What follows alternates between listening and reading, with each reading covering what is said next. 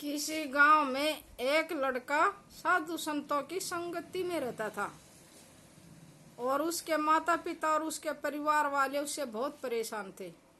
उसी गांव में एक राजा था और उस राजा का कोई संतान नहीं थी।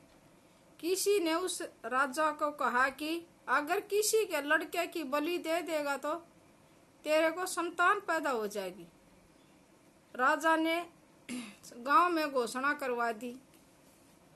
उस लड़के से परेशान परिवार ने राजा को बलि देने के लिए बोल दिया। बलि के समय राजा ने उससे अंतिम इच्छा पूछी। लड़के ने गीली मिट्टी ली और उसकी 4 डेरी बना दी।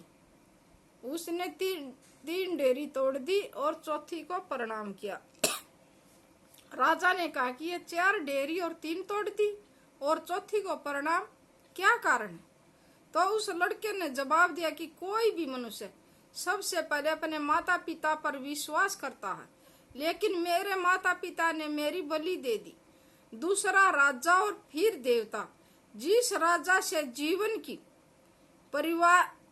फरियाद करते हैं वह राजा भी दूसरे के लड़के की बलि दे रहा है। और तीसरी संकट में जिस देवता से जीने की गुंजाइश थी उसी देवता को बलि दी जा रही है।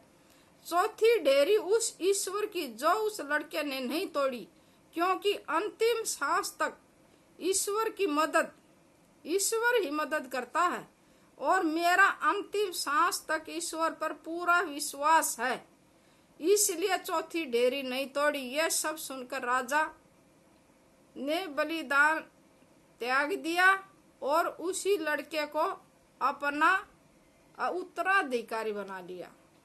तो मालिक है ना पता किसके रूप में कैसे है ना किस जीव की सहायता करता है।